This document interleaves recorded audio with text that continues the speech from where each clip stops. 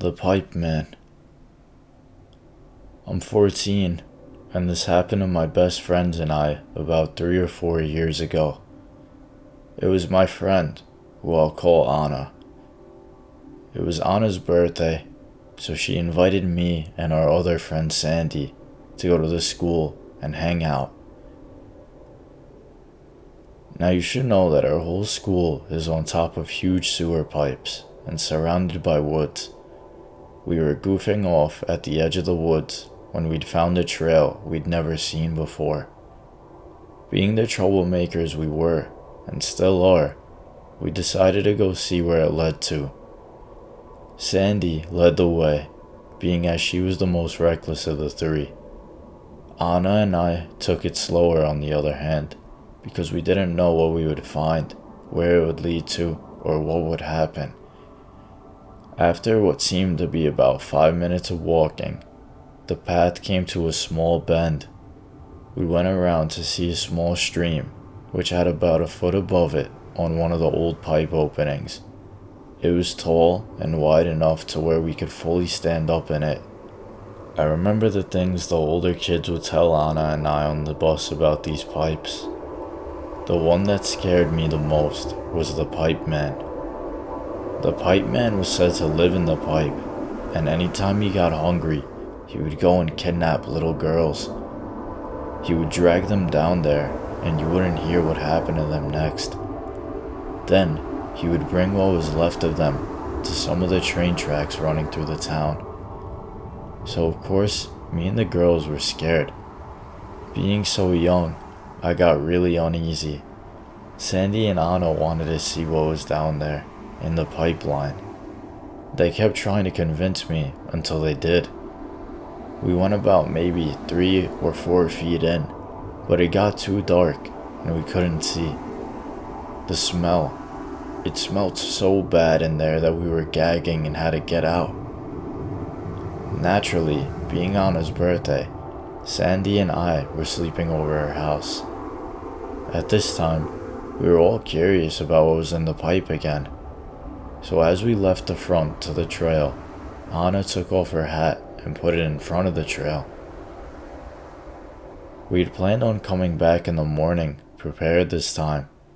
Her mom agreed to letting us go back. I don't know why. Another fact about these woods is they wrap around and lead to the old state school cemetery, so that made everything creepier. This meant that there could be bodies hidden in the pipe, because there was no more room to bury. The next morning when we went to the park and tried to find Anna's hat, it was gone. So we put it off as some jerky kids taking it. We still found the trail, of course, and couldn't hold our excitement, or fear, I should say, as we approached the bend. Putting on our masks so we couldn't smell the horrible stench, turning on our flashlights, we entered. We walked pretty far down the pipe before things got weird. We could no longer see where we came in, and we were finding what we assumed to be animal bones. Anna and I kept thinking of the Pipe Man. Sandy, of course the leader, walked about 15 more feet ahead before stopping. She screamed. Anna and I, of course, have never heard her scream like that before, and we ran up to her. We looked at what she was pointing at, and we couldn't believe our eyes. It was Anna's hat. Her hat was way down in the pipeline, covered in liquid. We ran out of there faster than ever before, leaving her hat behind. We made it out of the pipe panting and gasping for breath. Never have I ever been so scared. But the story didn't end here. Before we even started hiking back up the trail, we heard a branch snap behind us. I was the one to turn around, to see a tall man who was very dirty looking, with very messy hair. We ran again all the way up the trail. As far as we knew, our worst fear came true. The Pipe Man was real. We could have been his next meal, but we were lucky enough to make it out alive, except for some scratches here and there from running into branches. Sandy, Anna, and I have never told anyone this, and will probably deny it if it's asked about. The park has since been torn down, but the trail still remains. None of us will go down there ever again. Sandy and I have no problem playing sports right at the football field and the softball fields, just as long as there is adults with us. The pipe man may be watching, and he may still exist where we entered. Going back is not an option, and I'm not sure why going there was one in the first place. Let that be a lesson to all who love to explore, that even if it's a rumor, and even if you feel like the situation is safe, sometimes it may not be a rumor. Sometimes myth becomes true. The Shadow Man. While this isn't an encounter or anything, it's been said to me that this is a spooky story that someone did experience. I was always a kid with a short fuse, sometimes violent, but never aggressive towards people, always just objects such as pillows or walls. I have been told I would say things that I shouldn't though. I was often told to watch my actions, and since I was about 7, I'm now 17, I've had dreams about this man who I named the Shadow Man.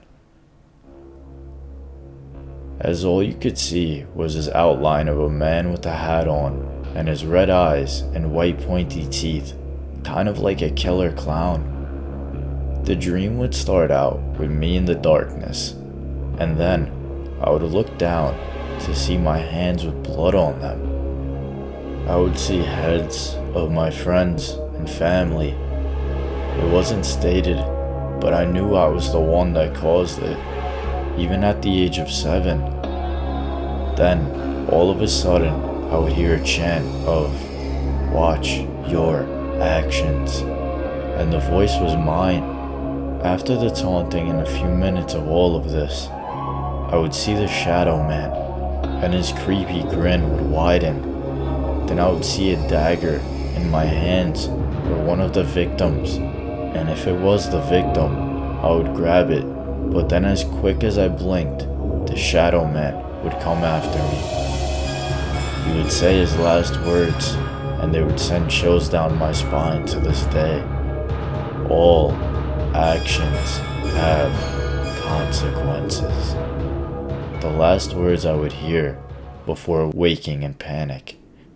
A few years later, I decided to write a poem for it, and I wanted an image, so I just Googled the Shadow Man.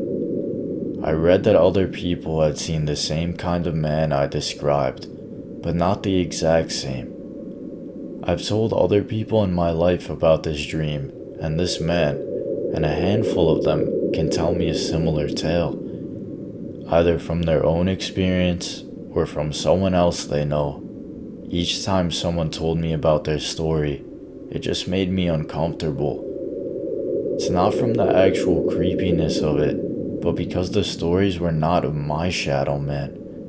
The thought of the fact that I might be attached to this tormentor of my childhood makes the entire experience so much worse.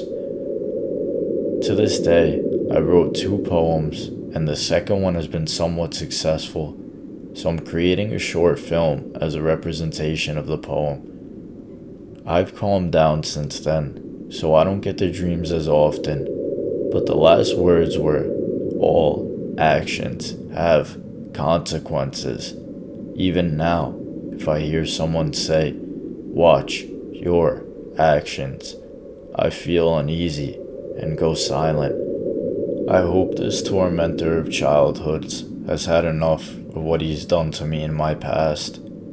I hope that the Shadow Man doesn't visit other children in their sleep like he did me. But then again, I do remember that all actions have consequences.